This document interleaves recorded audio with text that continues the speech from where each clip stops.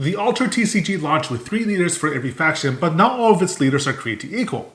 Let's talk about how to elevate the weaker ones. In Lyra's case, the Ludo Trotter French major results indicate a blatant bias for Finn and Crowbar at 15% of attendees, versus just 1.5% for Nevenka Blotch and a pitiful 0.6% for Auroch and Kibble. Finn and Crowbar's popularity is easily explained.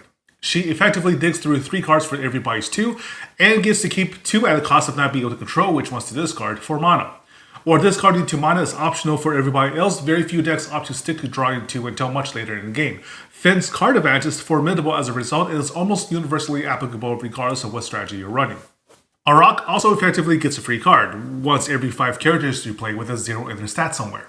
But not only is firing off a bunch of low-cost characters for one additional card not actually good card advantage, their reliance on 0 stat cards makes it hard to have the right stat lines for any one situation. Right now, that makes Auroch the definitive worst leader for Lyra. At least with Nevenka, your gambling addiction is bolstered by cards like the Ouroboros, rare Martingale, and rare Kadigiran Mage Dancer, such that your results always benefit you regardless of circumstances. Making Nevenka better is simply a matter of printing even more dice control support.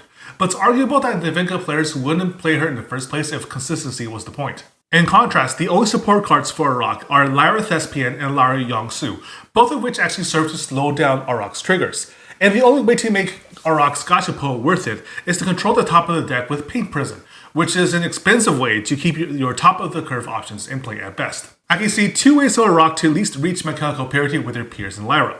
A. Drop a few landmarks that specifically benefits 0 stat characters, whether in the form of boosts or resupplies.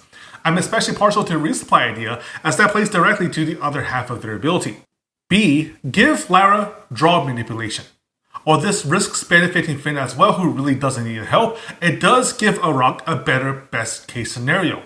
After all, Finn might be consistently good, but she doesn't offer you the chance to cast Kaibara for free.